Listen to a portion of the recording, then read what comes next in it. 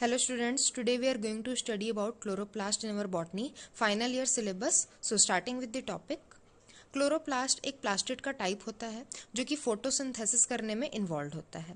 ये जो क्लोरोप्लास्ट है ये हमें प्लांट और एल्गी के सेल्स में देखने मिलता है। क्लोरोप्लास्ट के अंदर में एक बहुत असेंशियल पिगमेंट प्रेजेंट होता है जिसे हम क्लोरोफिल के नाम से जानते हैं। ये जो क्लोरोफिल है इसके पास सनलाइट को ट्रैप करने की कैपेसिटी होती है जिसके थ्रू फोटोसिंथेसिस हो पाता है और साथ में ग्लूकोज का प्रोडक्शन हो पाता है।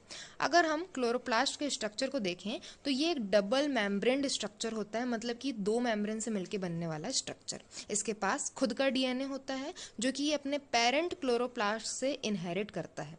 ये लेंस शेप्ड होता है लेकिन इसका शेप और नंबर सेल्स के अकॉर्डिंग वेराई कर सकता है।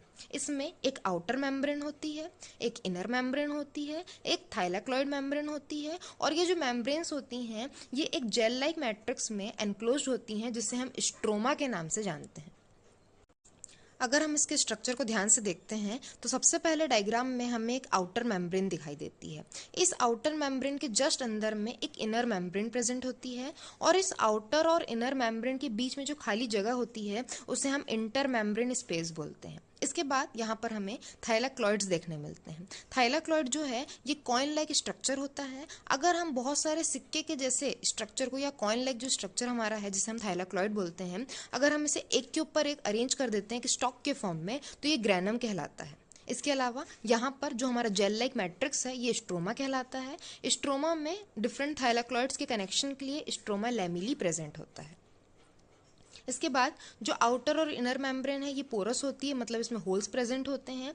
होल्स के थ्रू जो डिफरेंट मटेरियल होता है इसका ट्रांसपोर्टेशन हो पाता है। स्ट्रोमा में डीएनए प्रेजेंट होता है, क्लोरोप्लास्ट राइबोसोम्स प्रेजेंट होते हैं, प्रोटीन्स प्रेजेंट होते हैं और स्टार्च ग्रेन्युल्स प्रेजेंट होते हैं।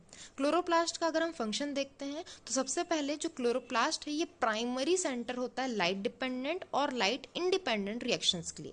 मतलब कि फोटोसिंथेसिस के समय में जितने भी केमिकल रिएक्शंस होते हैं जिसमें लाइट डिपेंडेंट प्रोसेस होती है या लाइट इंडिपेंडेंट प्रोसेस होती है, दोनों में ही क्लोरोप्लास्ट जो है ये प्राइमरी सेंटर होता है। इसके अलावा बहुत सारे जो प्रोटीन्स होते हैं जो कि क्लोरोफिल में प्रेजेंट होते हैं ये फोटो रेस्पिरेशन के रेगुलेशन में भी इंपॉर्टेंट रोल प्ले करते हैं या फिर उसमें इन्वॉल्व होते हैं। Thank you.